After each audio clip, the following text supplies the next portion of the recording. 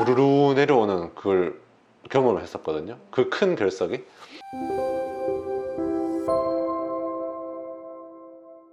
네. 요로결석 식생활 습관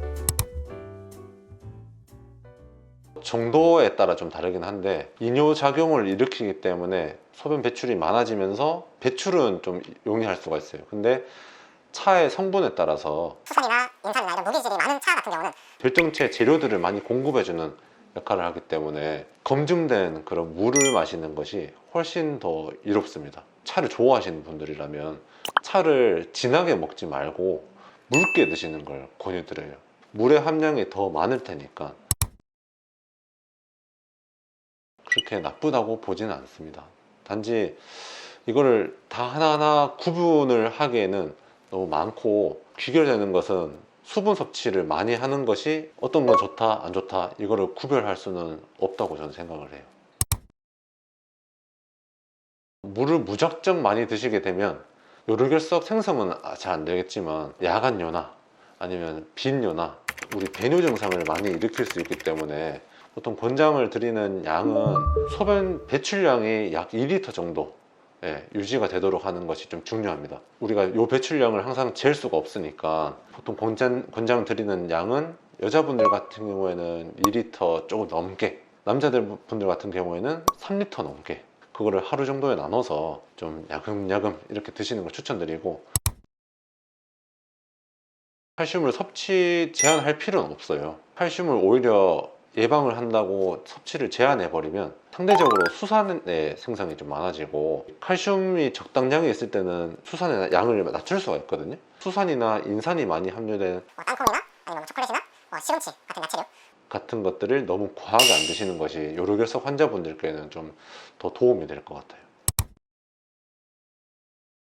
이 구연산이라는 이 산이 요로결석을 오히려 좀 낮출 수가 있는데, 이 구연산이 많이 함유된 거는 오렌지 주스나 아니면 귤 아니면 레몬 이런 신음식에 많이 이제 들어 있습니다. 근데 이 구연산도 모든 성분의 결석을 다 예방을 하진 못해요.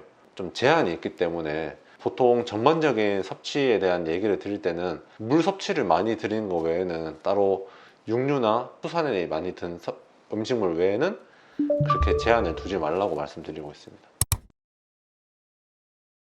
생활 습관이라고 하면 적절한 운동이나 체중 관리, 또 자주 걸리시는 분들은 정기 검진을 받아보시면서 작은 결석일 때 좀 예방하는 편이 덜 고생하실 수 있고, 또 신장 기능을 보존하는데 유리하실 수 있다고.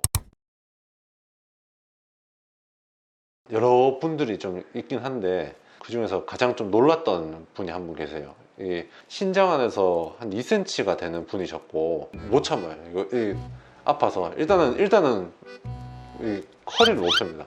오자마자 여기 바닥을 계속 구르셨어요. 가장 편한 자세로 좀 누워 계세요 해도 엎드려서 이렇게 무릎을 대고 네 발이 아니지, 죄송합니다.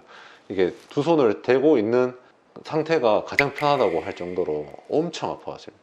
이분은 제가 수술을 해야 된다, 수술을 좀 많이 걱정을 하셨어요. 마취도 해야 되고 입원도 해야 되고 뭔가 기구 같은 내 몸에 들어간다는 그런 공포심에 상의를 하다가 결국엔 체외 충격파 세석술로 시작을 했는데, 크기가 워낙 커서 제가 몇 번까지 깨질 수 있을지 저도 모르겠습니다 라고 말씀드렸더니 또 거기서 고민을 하셨었어요. 그래서 최대한 얘기를 하면서 일단 우리 한 3번까지는 깨봅시다 라고 진행을 했었는데, 그 3번 만에 갑자기 깨지면서 우르르 내려오는 그걸 경험을 했었거든요.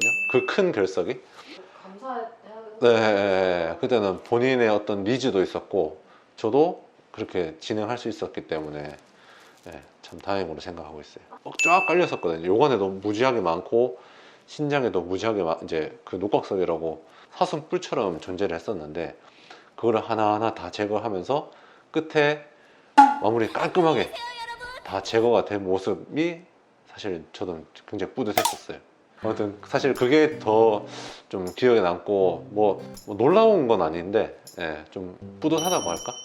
좀 보람을 느끼고, 제가 메인으로 하진 않았습니다. 교수님이 하셨지만 그냥 그렇게 도우면서 같이 해결할 수 있다는 게 굉장히 보람찼던 기억이 남습니다.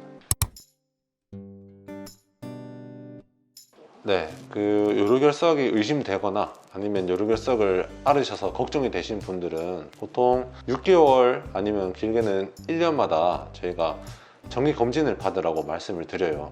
오셨을 때 다른 검사를 따로 하진 않습니다. 소변 검사랑 간단한 엑스레이를 한번 찍어 보는데 세대를 더 거듭함에 따라서 요즘에 체외 충격파를 받으신 분들은 시술 중에서도 뭐 휴대폰 보거나 아니면 뭐 그냥 가만히 한숨 주무시거나 이럴 정도로 별로 두려움이 없이 접근할 수 있는 상황이 됐기 때문에 주변에 있는 병원 아니면 저희한테 가깝게 계시면 오셔서 쉽게 진료도 받고 뭐 시술도 받고 할 수 있는